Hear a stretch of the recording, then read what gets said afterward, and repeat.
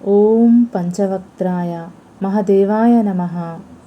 శివుడి పంచముఖాల గురించి ఈ వీడియోలో తెలుసుకుందాం. వీడియోను ఎక్కడా కూడా స్కిప్ చేయకుండా చూడండి.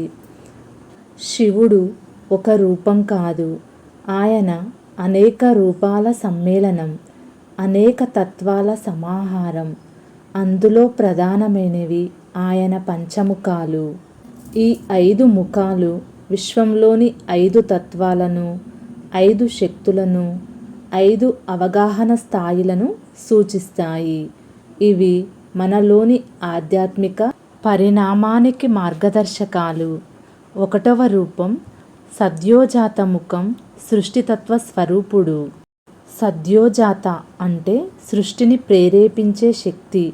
ఈ ముఖం పశ్చిమ దిశను సూచిస్తుంది.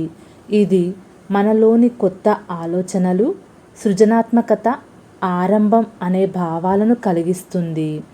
ఈ రూపం యొక్క తత్వం భూమి తత్వానికి అధిపతి. మన జీవితంలోని ఆరంభం, ఆది, ఆధ్యాత్మికమైనదైనా వ్యక్తిగతమైనదైనా ఈ ముఖం నుంచే ప్రారంభమవుతుంది. ఆధ్యాత్మిక అర్థం ఈ రూపం మనలోని సృష్టి శక్తిని మేల్కొల్పుతుంది. మన ఆలోచనలతోనే మన లోకాన్ని సృష్టిస్తాయని గుర్తు చేస్తుంది.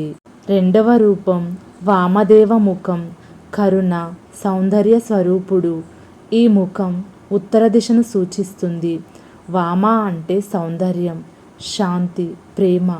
ఈ రూపం శివుడి హృదయములోని మృదుత్వాన్ని, దయను, మమకారాన్ని ప్రతిబింబిస్తుంది. జలతత్వానికి అధిపతి. ఎలా నీరు చల్లదనం, నిశ్చలత ఇస్తుందో వామదేవుడు మన మనసుకు శాంతి ఇస్తాడు. ఈ రూపం మనలోని ద్వేషం, కోపం, హింస వంటి అంధకారాన్ని కరిగించి కరుణ, ప్రేమ, సమతాభావాన్ని నింపుతుంది. 3వ రూపం అఘోర ముఖం, సంహార, రక్షణ స్వరూపుడు. అఘోర అంటే భయంకరం కానిది. ఈ రూపం దక్షిణ దిశను సూచిస్తుంది. ఇది మనలోని చీకటి, భయాన్ని తొలగించి ధైర్యం, శక్తిని నింపుతుంది. అగ్నితత్వానికి అధిపతి. ఇది సంహారం కాదు, శుద్ధి. ఎలా అగ్ని చెడు దహనం చేసే పవిత్రతను తెస్తుందో అఘోర రూపం మనలోని దుష్ట వృత్తులను నశింపచేస్తుంది. ఈ ముఖం మనకు బలం ఇస్తుంది. సమస్యలు, దుఃఖాలు, కష్టాలు ఎదురైనా నిలబడే శక్తిని ఇస్తుంది. 4వ రూపం తత్పురుష ముఖం, చైతన్య, జ్ఞానస్వరూపుడు. తత్పురుష ముఖం తూర్పు దిశలో ఉంటుంది. తత్ అంటే ఆ పరమాత్మ, పురుష అంటే మన లోపలి దైవత్వం. ఈ రూపం మనలోని అవగాహనను, జ్ఞానాన్ని, చైతన్యాన్ని పెంపొందిస్తుంది. వాయుతత్వానికి అధిపతి. ఎలా గాలి అంతటా వ్యాపించి ఉంటుందో తత్పురుషుడు కూడా సర్వవ్యాప్తి. ఈ ముఖం మనకు ధ్యానం, యోగం ద్వారా పరమతత్వాన్ని తెలుసుకునే శక్తి ఇస్తుంది. ఇది లోపలి శివుణ్ణి జాగృతం చేస్తుంది. 5వ రూపం ఈశాన ముఖం, పరబ్రహ్మ స్వరూపుడు. ఈశాన అంటే అధిపతి, పాలకుడు. ఇది పై దిశలో ఉన్న ముఖం అంటే శివుని అత్యున్నత రూపం. ఇది అన్ని దిశలకు అధిపతి, జ్ఞానం, పరమతత్వం, మోక్షం యొక్క సంకేతం.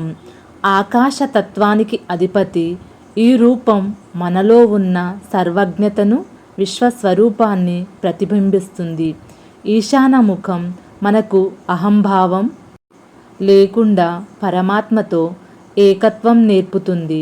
ఇది శివ ఐక్యభావం, మనమే శివమని గుర్తు చేసే జ్ఞానస్థితి. ఈ 5 ముఖాలు కలిపి శివుని సృష్టి చక్రాన్ని సూచిస్తాయి. సృష్టి సద్యోజాత, స్థితి వామదేవ, సంహారం అఘోర, తిరోభావం తత్పురుష, అనుగ్రహం ఈశాన. మనలో ఈ తత్వాలను గుర్తించి ఆచరించినప్పుడు శివుడు మన హృదయంలో ప్రత్యక్షమవుతాడు. శివోహం శివోహం శివాయ నమః. హరహర మహాదేవ. నా వీడియో నచ్చితే లైక్ చేయండి, షేర్ చేయండి. నా ఛానల్ని మరిన్ని భక్తి వీడియోల కోసం సబ్స్క్రైబ్ చేసుకోండి. ఓం నమ శివాయ అని కామెంట్ బాక్స్లో తెలపండి.